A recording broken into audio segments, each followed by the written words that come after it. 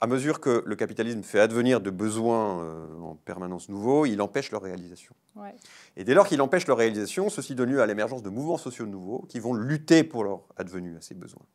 Et donc c'est ce qui conduit Gortz à cette magnifique phrase où il dit « le besoin est révolutionnaire en germe ». Donc ce qu'il veut dire par là, c'est qu'il y a des besoins qui adviennent mais qui ne sont pas satisfaits, mais qui quand même émergent d'une certaine manière. Et il reconnaît, à son avis, et je suis d'accord avec lui, que le capitalisme est pour quelque chose là-dedans.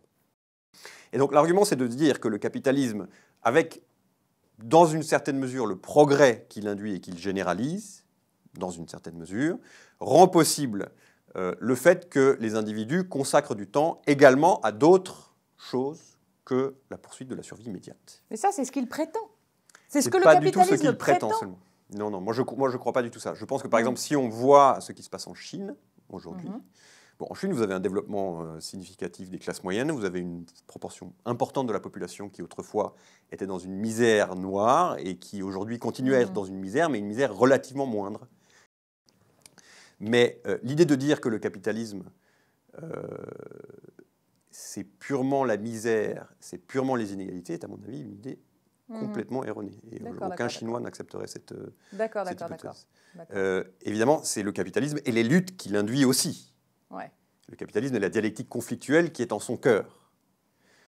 Vous continuez de penser que des mobilisations populaires de grande ampleur sont susceptibles d'infléchir les décisions étatiques. Ça reste pour vous... Infléchir par le conflit. Oui, oui, absolument. Oui, absolument. Non, non, je pense que même peut-être plus qu'avant. En fait, historiquement, quand on s'intéresse à l'histoire du XXe siècle, on s'aperçoit que les révolutions sont toujours survenues dans des contextes autoritaires. Il n'y a jamais eu de révolution qui avait en face d'elle un État démocratique. Jamais au cours de l'histoire. Ce qui s'est passé en revanche, et très souvent au XXe siècle, aussi bien dans les pays européens, mais aussi dans le tiers-monde, c'est des révolutions qui avaient en face d'elles des États autoritaires. Et donc la révolution, elle surgit et elle se développe quand l'État se raidit en quelque sorte. Quand l'État devient autoritaire. Et par conséquent, où il n'y a plus aucune alternative à l'affrontement. Un affrontement qui peut être violent, mais pas forcément violent au sens de... souvent il l'est, quoi, mais pas forcément.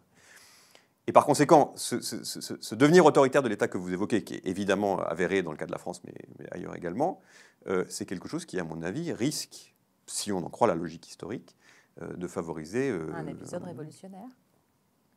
Oui, on peut l'espérer. On peut l'espérer.